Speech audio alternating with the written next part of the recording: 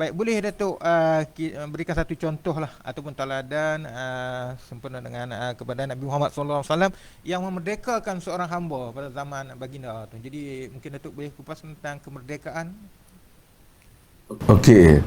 Dia ada perbezaan hamba yang hamba ni satu sistem yang lain, kemerdekaan ada satu cerita yang lain. Ini dua perkara yang sistem perhambaan adalah sistem yang telah ada di dalam masyarakat manusia. Ini old system.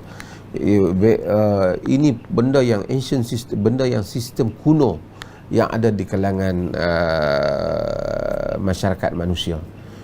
Dia berbeza dengan arak, dengan khamar, dengan arak. Arak ni ada orang yang tak minum di kalangan orang yang terhormat, walaupun majoriti manusia minum, tapi hamba baik buruk semua manusia ada.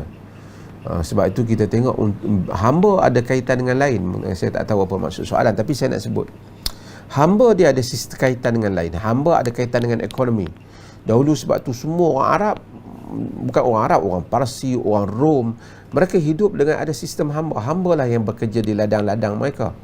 Sebab itu apabila Abraham Lincoln cuba menghapuskan hamba, dia menghadapi tentangan yang besar, bahkan dia terkorban dalam hal itu.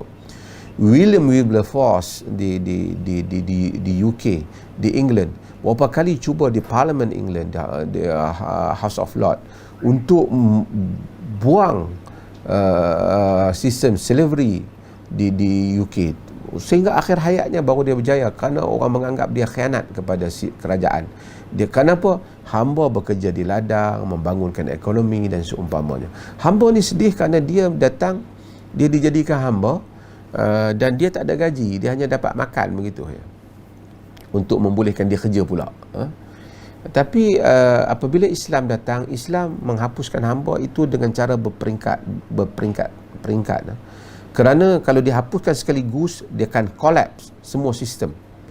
Sebab tu dia jadikan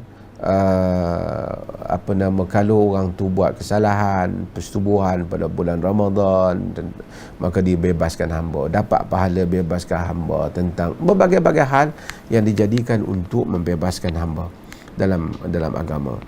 Dan walaupun begitu, Islam juga tetap mengekalkan satu pintu kemasukan hamba, iaitu pintu peperangan. Kerana orang Islam yang berperang akan dijadikan hamba, dan tawanan bukan Islam kalau tak dijadikan hamba, zaman dulu bukan ada penjara, bukan ada sistem macam sekarang, maka kekal melalui peperangan mereka menjadi hamba.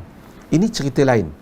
Tapi dalam masa yang sama, Islam kalau dalam pembebasan hamba banyaklah. Abu Bakar membebaskan Bilal dan seumpamanya, itu di Mekah. Tapi saya nak ceritanya, orang seperti Bilal, dia adalah hamba kepada Umayyah.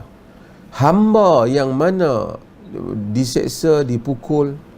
Tapi Mekah ni, Bilal ni, dia sayang kepada Mekah. Kalau ikut Bilal, apabila dia pertama saya dengar Bilal, dia terima agama, dia terima Islam secara senyap-senyap, kemudian diketahui, dan kemudian Umayyah bin Khalaf telah sebat dia, pukul, dan kita tahu sehingga Bilal diseksa dan terkenal dengan kata-katanya Ahad, Ahad, Ahad, yang Esa, Allah yang Esa, yang Allah yang Esa.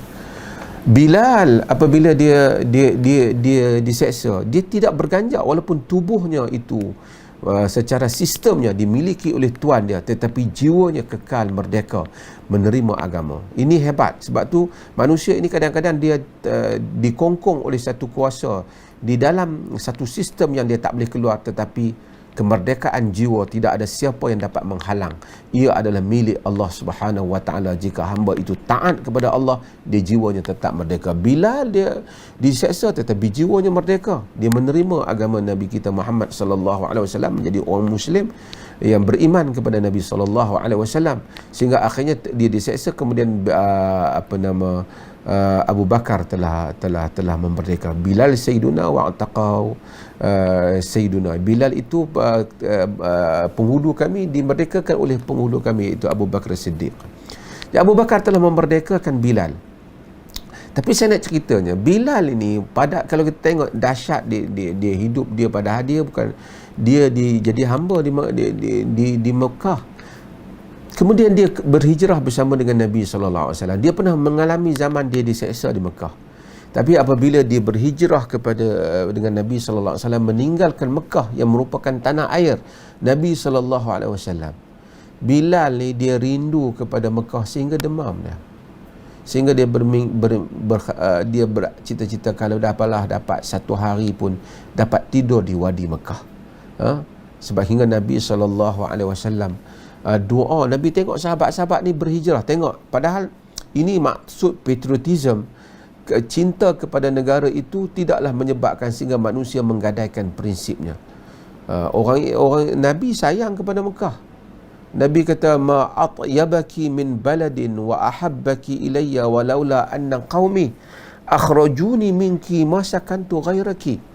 Alangkah baiknya engkau, alangkah indahnya engkau sebuah negeri, alangkah sayangnya aku kepadamu wahai Mekah. Jikalau tidak kerana kaumku mengeluarkanku daripadamu, nescaya aku tidak akan tinggal di negeri yang lain. Nabi sayang kat Mekah. Hadis yang diriwayatkan oleh Tirmizi. Sahabat-sahabat orang Mekah, orang Arab ni kuat semangat mereka, asabiyah mereka. Bila pergi ke Madinah, mereka sayang ke Mekah, ingatan mereka. Madinah pula kawasan wabak.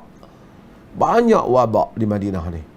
Bila sampai masa Nabi datang tu, banyak wabak. Sahabat-sahabat Allah sampai demam teringat ke Mekah. Nabi SAW doa, Allahumma habib ilayna al-madinata kama ahbabta kama habbabta ilaina Makkah atau asyad. Ya Allah, jadikan kami ini sayang kepada Madinah seperti mana seperti mana engkau jadikan kami ini sayangkan Mekah, ataupun lebih daripada itu. Jadi Nabi doa, dan Nabi minta supaya wanqul humaha ilal juhfah, supaya penyakit dia dipindah ke Juhfah. Allahumma barik lana fi muddina wa fi sa'ina. Ya Allah, berkati kami pada cupak kami, pada gantang kami, sehingga akhirnya sahabat semua sayang kepada Madinah. Sebab itu satu hal juga, orang ni kalau pun dia mungkin bukan berasal daripada sebuah tanah air itu, tapi kalau dia duduk di situ, maka dia sayangilah tanah air yang tempat yang dia tinggal di dalamnya. Nabi bukan orang Madinah asal, Nabi orang Mekah. Tapi Nabi akhirnya sayang kepada Madinah. Sahabat-sahabat orang Muhajirin, orang Mekah, mereka sayang kepada Madinah. Sehingga apabila mereka dari perjalanan yang jauh nampak Madinah, segera laju kenderaan mereka kerana nak masuk cepat ke Madinah. Dan Allah telah berkati Madinah dengan kedatangan Nabi. Daripada satu kawasan yang banyak berlaku wabak, akhirnya wabak dah tidak ada di Madinah. Ini adalah keberkatan Nabi SAW. Demikian itu kemerdekaan yang sebenar, di mana manusia apabila dia merdeka jiwanya, dia tahu bagaimana untuk hidup di atas bumi Allah Subhanahu Wa Taala ni.